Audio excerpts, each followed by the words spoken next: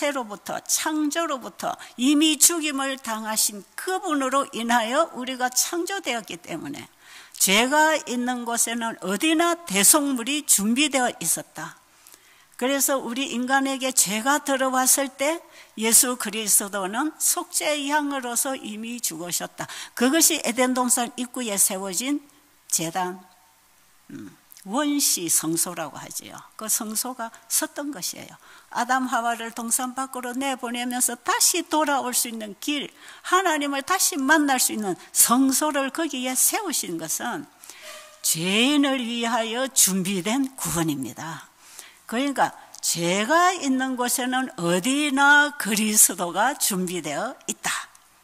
여러분, 이보다 더 반가운 소식이 어디 있습니까?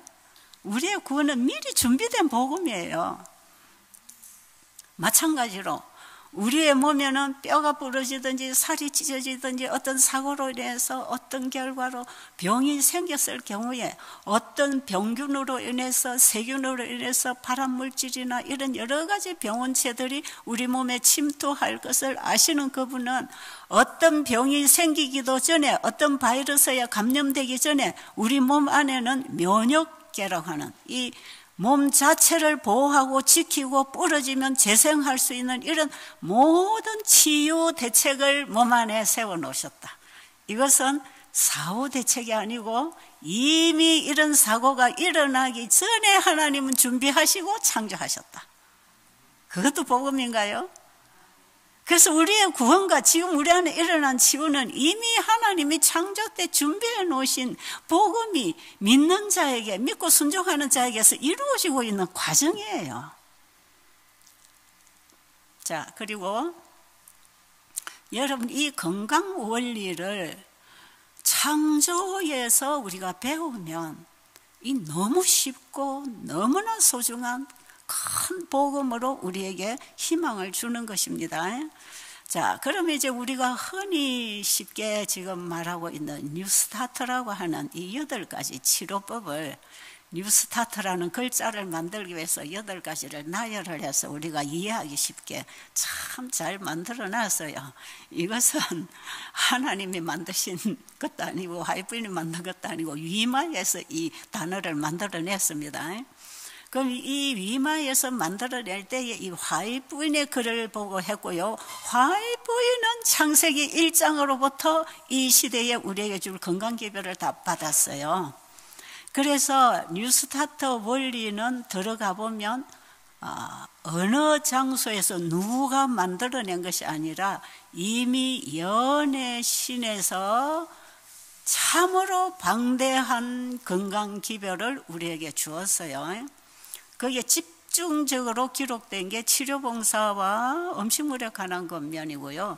그 외에도 교회 정언이나 정언보감 여러 책에 부분적으로 이 건강기별들이 사이사이 끼어 들어가서 우리가 이 시대에 이 세천사기별을 어떤 방법으로 전해야 되는지를 다 가르쳐주고 있는 것이에요.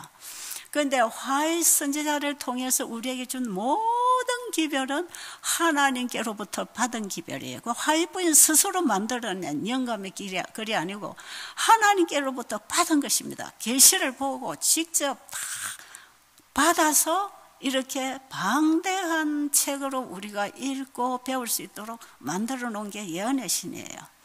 그런데 화이트인이 받은 이 치료, 세체천사의 기별과 건강기별이 한 몸으로 나가야 할 이 전체 건강기별과 세체천사의 기별은 창세기 1장, 2장, 3장에서 다 온 것입니다. 그래서 어떻게 보면 창세기 1장, 2장, 3장, 1장, 2장은 범죄하기 이전이에요.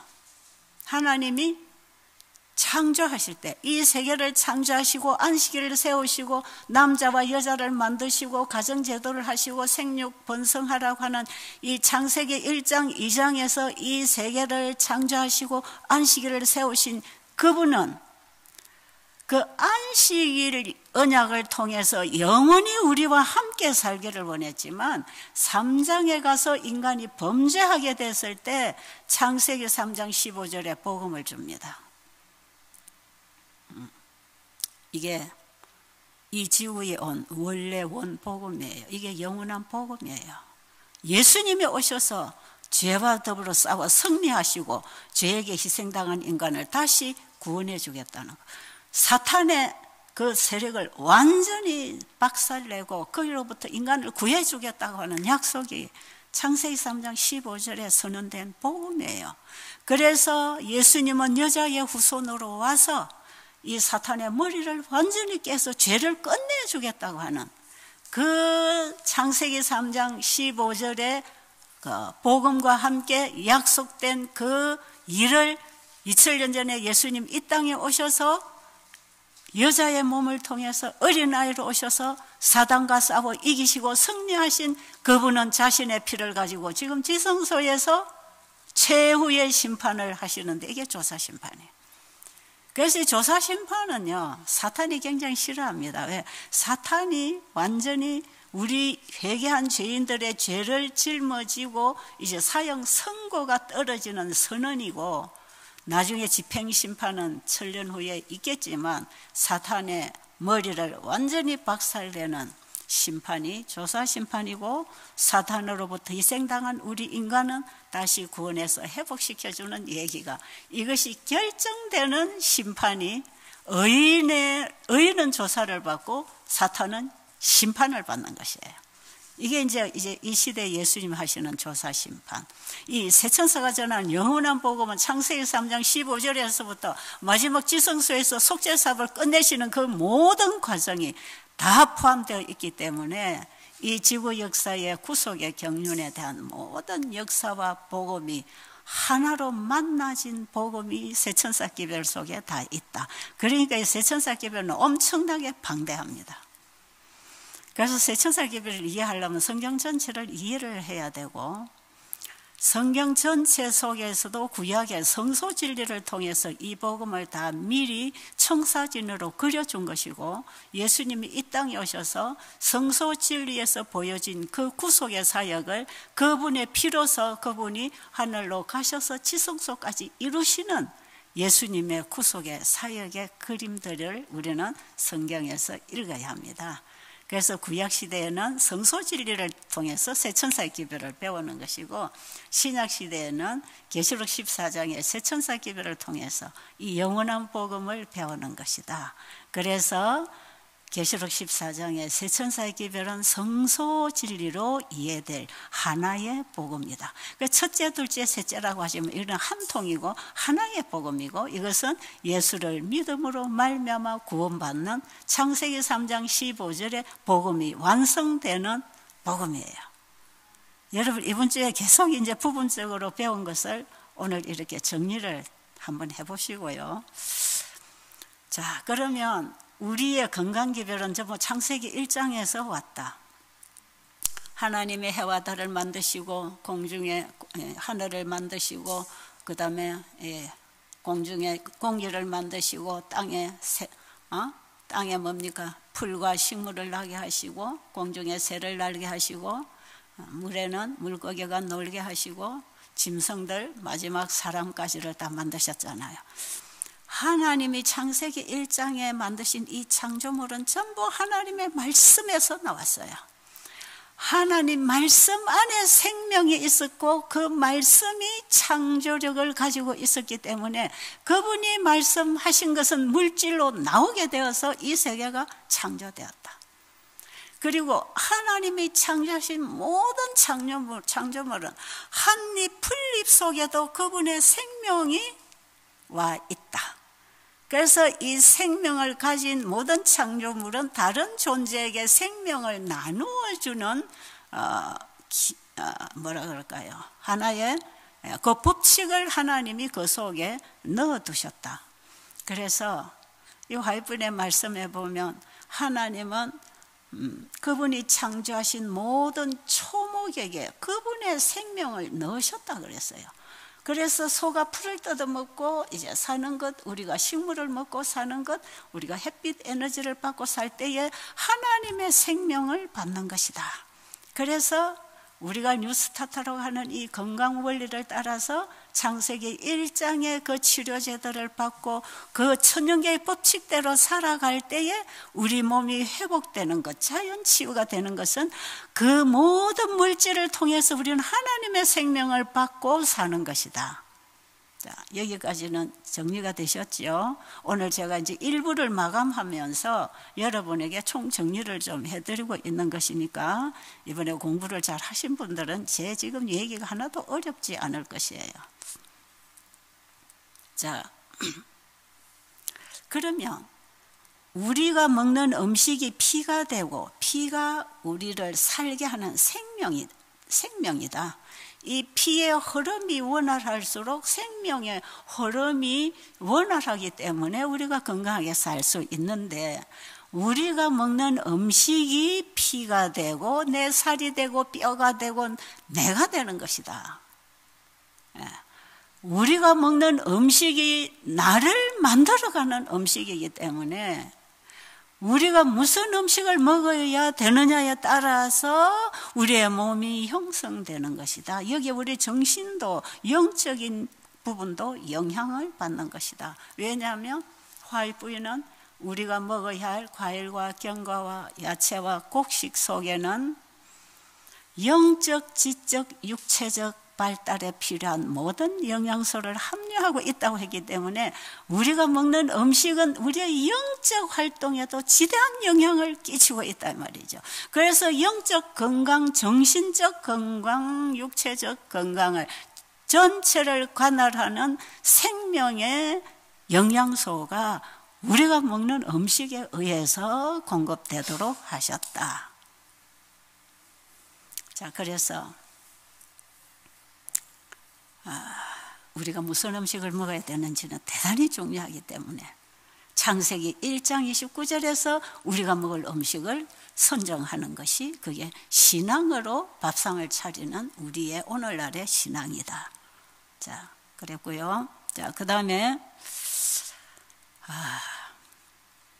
고기를 먹는 것은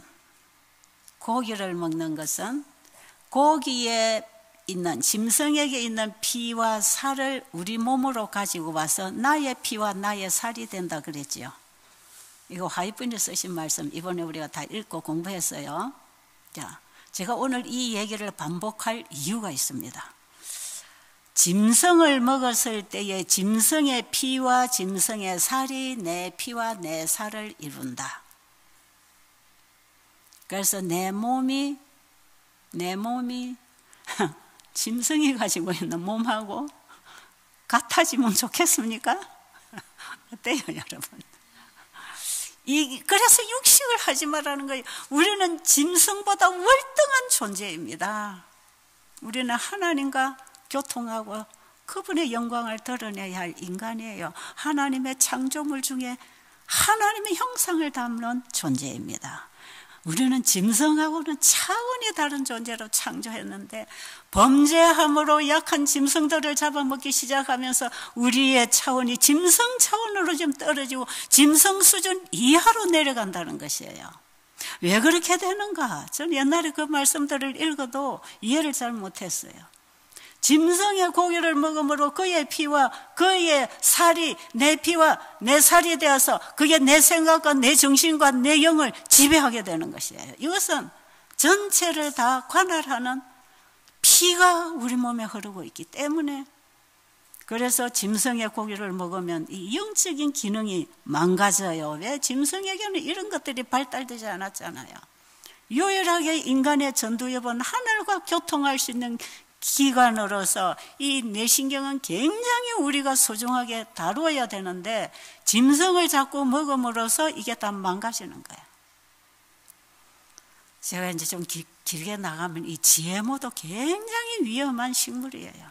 그래서 우리가 지금은 음식으로 영양 보충을 할 수 있는 시대가 아니라는 것. 우리 지난 시간에 영적 친교 시간에 이거 했는데요. 그래서 우리는 무조건 하나님의 말씀에 믿음으로 음식을 먹어야 합니다. 영양소를 따지면요, 이것도 다 망가졌어요.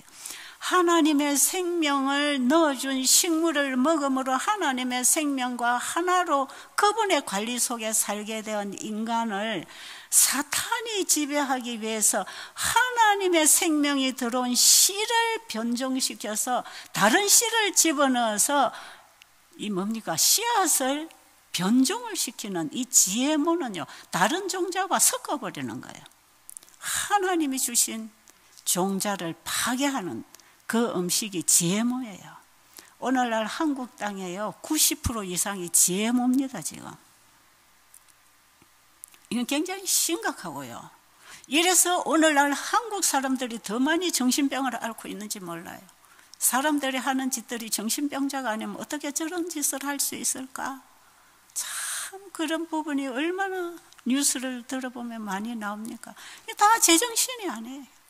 사탄은 먹거리를 통해서 하나님과 우리와의 교통을 막아버리기 위해서 할 수 있는 모든 수단을 다 가지고 와서 우리 인간을 망가뜨리는, 하나님의 창조물을 망가뜨려서 사단의 지배 아래 집어넣는 세상에 지금 우리가 살고 있기 때문에 우리는 지금 먹는 거 하나도 정말 이제 믿음으로 하나님의 말씀으로 먹어야 되는, 할 수만 있으면 우리가 시골에서 자급자족을 하고 토종으로 먹는 것이 최선이겠지만, 그렇지 못한다 할지라도 하나님의 말씀에 이 식물을 먹으라고 했을 때 믿음으로 먹을 때 거기에는 하나님의 은혜가 있는 것입니다. 그래서 치유가 일어나고 있는 것이에요. 자, 그러면 보세요.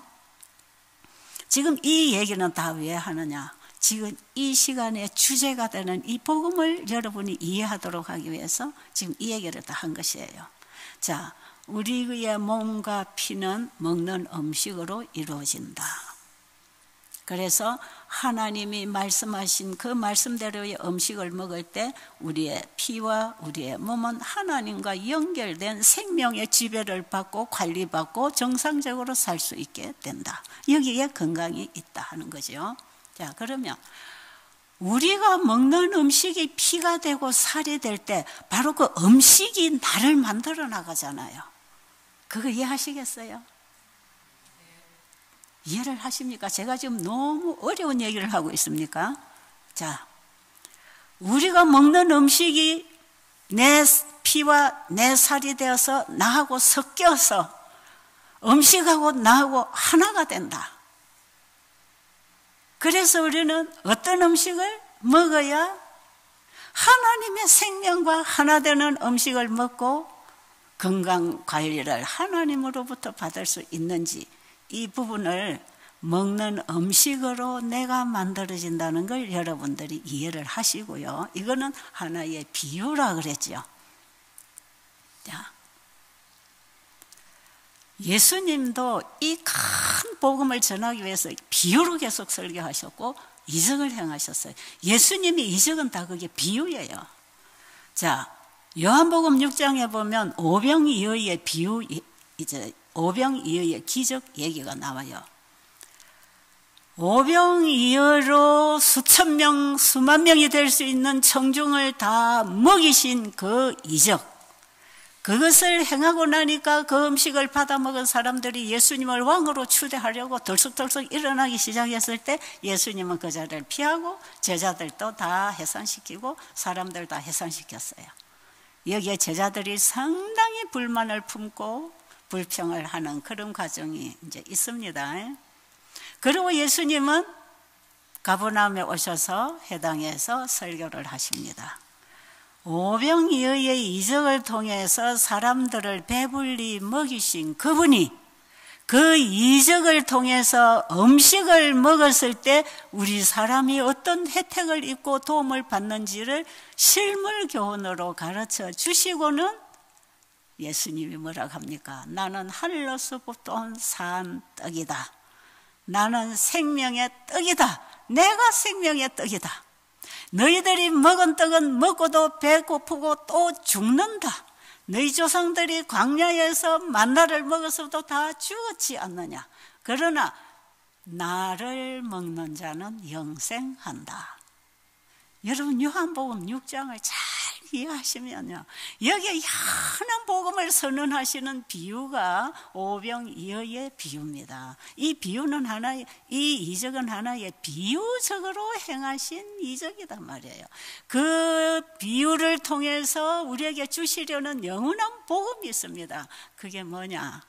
나를 먹어야 산다. 내 살을 먹고 내 피를 마시는 자는 죽어도 부활한다. 내 살을 먹고 내 피를 마시는 자는 영생한다고 하는 이 얘기를 했을 때 떡을 먹고 좋아했던 유대인들 제자들이 다 실망했습니다. 예수님을 따르던 수많은 군중이 예수님을 그때 떠나버렸어요. 왜요? 저 무슨 저런 알아듣지도 못하는 소리를 하고 있나? 우리가 뭐 식인종인가? 사람의 피와 살을 먹게? 그러면서 예수님의 말씀은 도무지 알아들을 수 없다 하고 다 떠나버렸을 때 예수님이 제자들에게 물었습니다. 너희들도 나를 떠나려고 하느냐 할 때에 베드로가 뭐라고 했습니까? 영생의 말씀이 여기 있으니 우리가 어디로 가겠습니까? 베드로가 그렇게 천방지축 같지만 아주 중요한 요소에서 그 신앙을 고백하는 걸 우리는 자주 볼 수가 있어요. 제자들이 술렁술렁 그 말씀에 오해를 하고 다 떠나고 싶을 때 베드로가 영생의 말씀이 여기 계신데 우리가 어디로 갈 것입니까? 예수님이 영생의 떡이라는 것, 우리에게 영생을 주는 양식이라는 것을 베드로가 고백하는 것이에요. 그 베드로의 중심 신앙을 예수님 보셨기 때문에 나중에 부활하시고 베드로를 찾아서 다시 사명을 주시는 것이에요. 자, 그러면 여기서 우리는 내 살을 먹고 내 피를 마시는 자는 영생을 얻는다, 그 말씀하고요, 예수님이 마지막 만찬에서, 마지막 성만찬에서 포도즙과 떡을 가지고 이것은 내 살이고 내 피라고 하는 것을 주시면서 먹으라고 한 이것은요, 예수님이 십자가에 달려주심으로 그분의 생명과 그분 전체를 우리에게 주시겠다는 약속 아닙니까? 예수님은 자신의 생명과 자신의 몸, 자신 전부를 우리에게 주시려고 이 땅에 오셨다는 것이에요.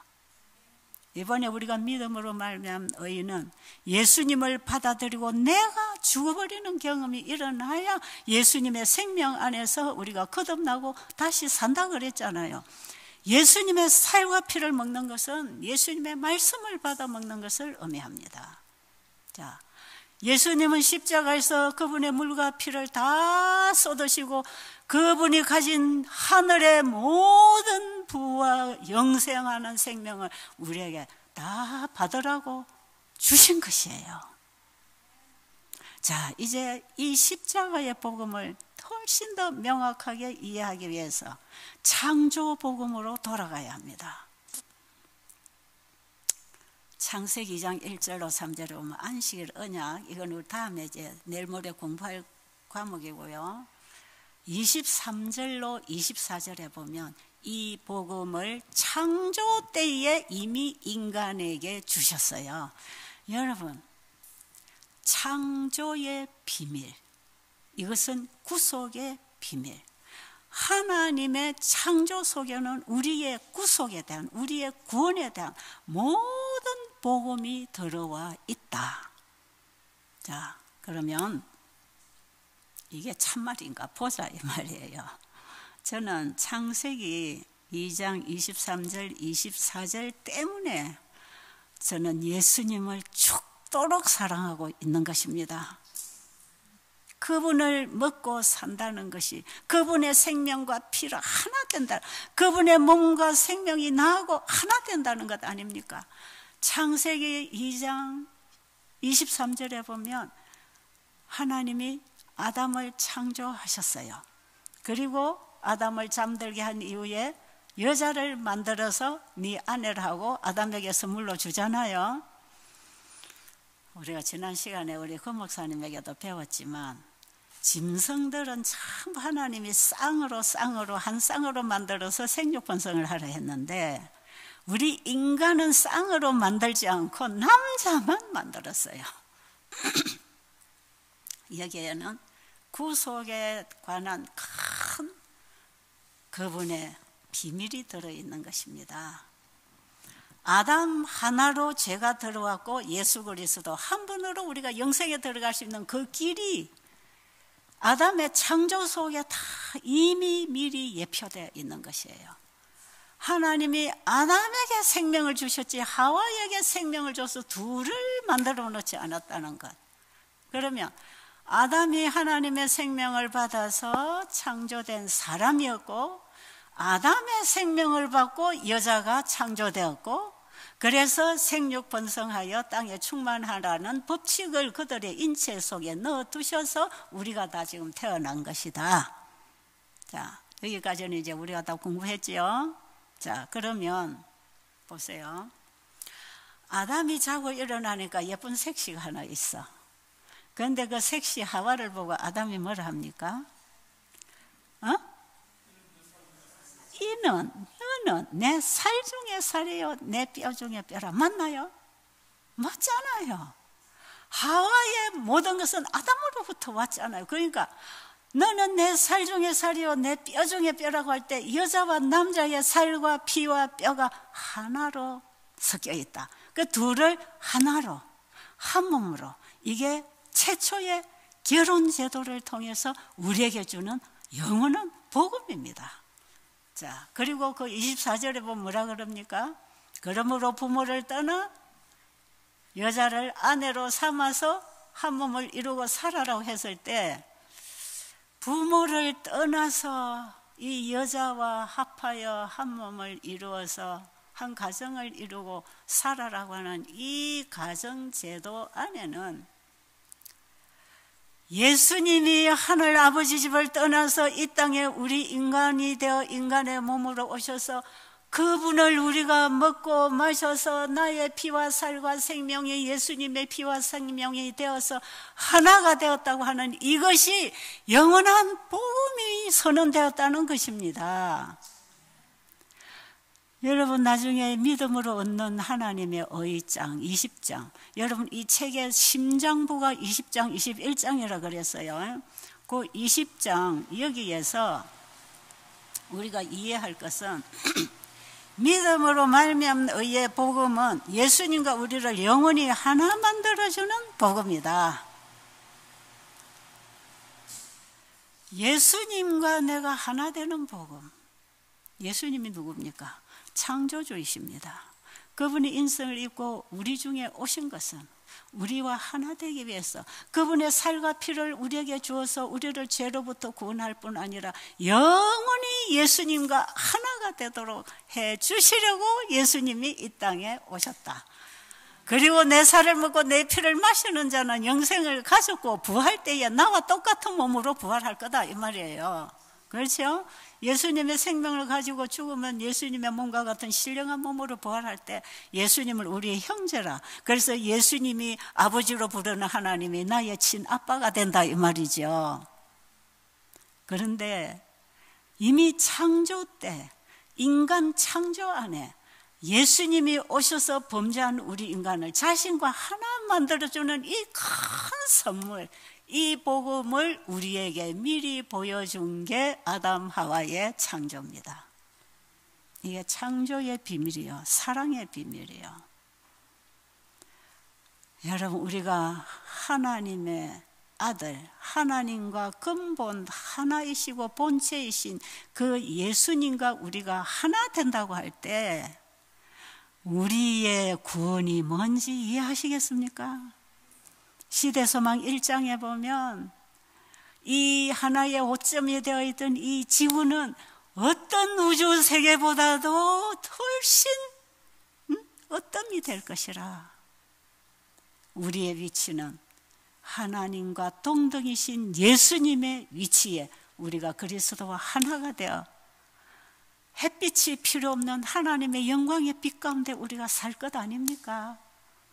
이 믿음으로 말미암은 하나님의 의 생명으로 예수님과 하나 되는 이 영원한 복음은요, 우리에게 영원한 영생이 뭔지를 가르쳐주는 복음이에요. 에베소 5장 31절 32절에 보면 바로 창세기 2장 23, 24절에서 이 결혼제도, 부모를 떠나 아내와 합하여 한 몸이 된다는 것은 그리스도와 교회에 대하여 하신 말씀이라 그랬잖아요.